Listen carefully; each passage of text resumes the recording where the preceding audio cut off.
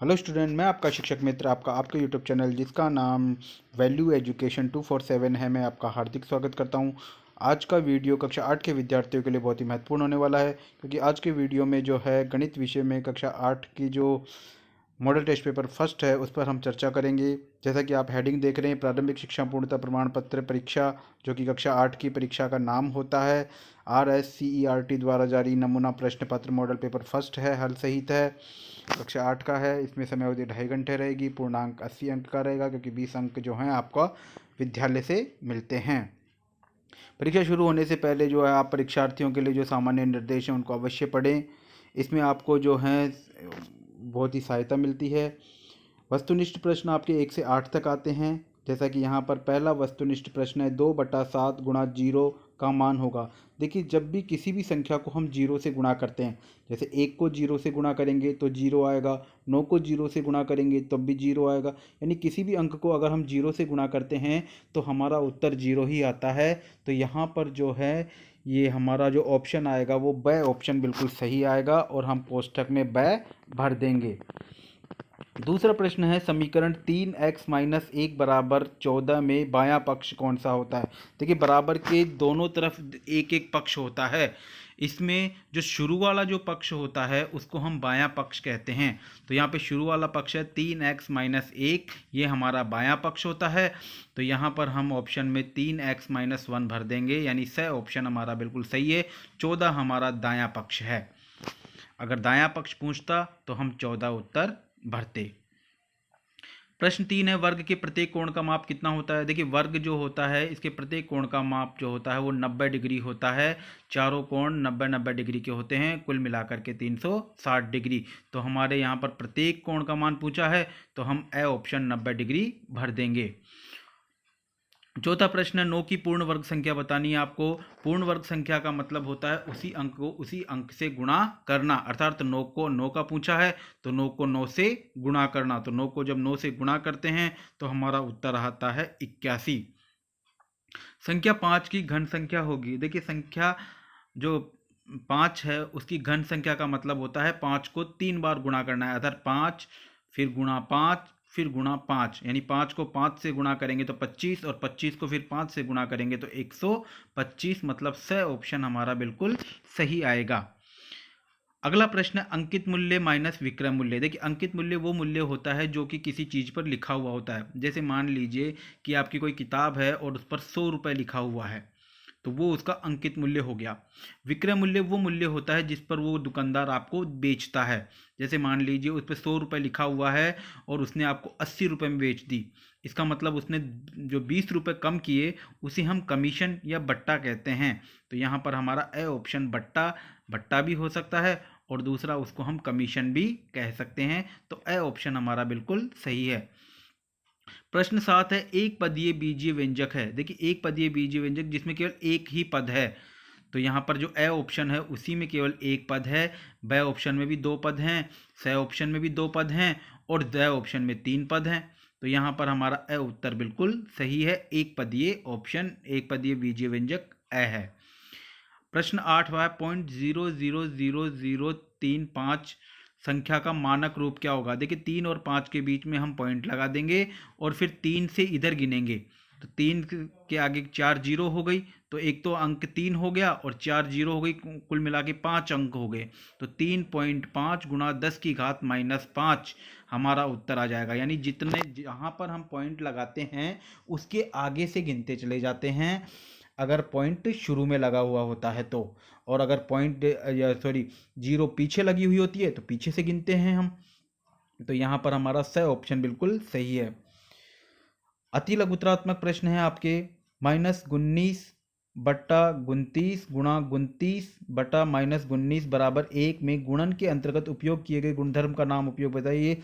देखिए, यहाँ पर संख्या उल्टी हो रही है, गुणात्मक प्रतिलोम है ये गुणात्मक प्रतिलोम है। गुणात्मक प्रतिलोम में चिन्ह नहीं बदलते हैं, केवल संख्या पलटती है। तो ये गुणात्मक प्रतिलोम है।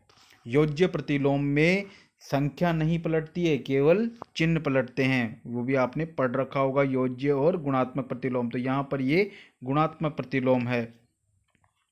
10वां प्रश्न है, समीकरण 5x + 9 बराबर 5 प्लस 3x को हल सहित बताइए। देखिए यहाँ पर आप देख रहे हैं कि दो पक्ष हैं। प्रथम पक्ष इधर 5x प्लस 9 है और दूसरा 5 प्लस 3x है।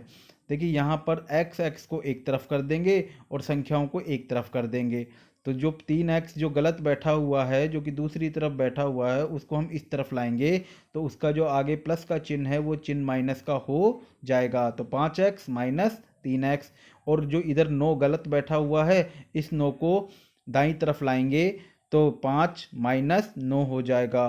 तो 5 में से 3 गए तो 2x और 9 में से 5 जाएंगे तो -4 और x बराबर 4 में 2 का भाग देंगे तो -2 हमारा उत्तर आ जाएगा। इसी प्रकार से प्रश्न 11 है, निम्नलिखित संख्याओं में से प्रत्येक के घन की इकाई के अंक ज्ञात कीजिए। देखिए घन का इकाई का अंक इस तरीके से हो सकता है आपका।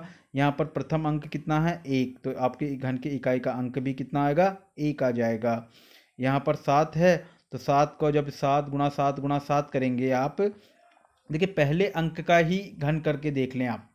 जैसे 1 का हम घन करेंगे 1 गुणा 1 गुणा 1 तो 1 ही आता है।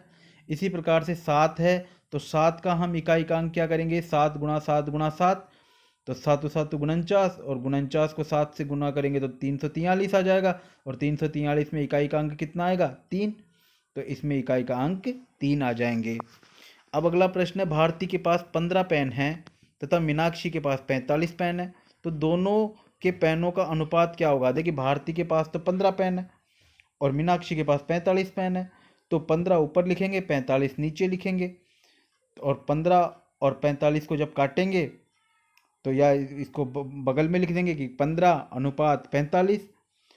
5 से काट लेंगे तो 5 से काटेंगे तो 5 × 15 3 और यहाँ पर या 15 से काट लेंगे, 15 एकम 15 और 15 × 3 45। डायरेक्ट 15 के पहाड़े से दोनों को काट लेंगे। 15 के पहाड़े में 15 आता है एक बार में और 15 के पहाड़े में 45 आता है 3 बार में, तो 1:3 हो जाएगा। अर्थात दोनों के पेनों का अनुपात जो होगा वो 1:3 आ जाएगा। अब कुछ लघुत्तरात्मक प्रश्न भी आएंगे जो 13 से 20 तक के आएंगे। आप सत्य असत्य पे चिन्ह लगाना है आपको। देखिए यहाँ पर पहला सत्य असत्य है, a की घात m गुणा b की घात m का मान ab ब्रैकेट m होगा। बिल्कुल देखिए दोनों का जो घात बिल्कुल समान है, ठीक है, आधार अलग अलग है दोनों का, एक का आधार a है दूसरे का आधार b है, तो जो घात होगी वो दोनों पर कॉमन आ जाएगी, अर्थात ab की घात m होगी। ये कथन हमारा बिल्कुल सत्य है। 10 की दूसरा है 10 की घात 24 में आधार का मान 24 है क्या, बिल्कुल नहीं। 24 जो है घातांक का मान है, आधार का मान 10 है। जो नीचे अंक होता है वो होता है आधार, तो आधार का मान 10 है और घातांक का मान 24 है। अगर यहाँ पर वो घातांक का मान पूछता तो 24 बिल्कुल सही होता, लेकिन यहाँ पर उसने आधार का मान पूछा है तो आधार का मान यहाँ 10 है, तो ये कथन हमारा असत्य है। अगला प्रश्न है, ब्रैकेट -5 की घात -4 गुणा ब्रैकेट -5 की घात -2 का मान क्या, -5 की घात -6 होगा क्या।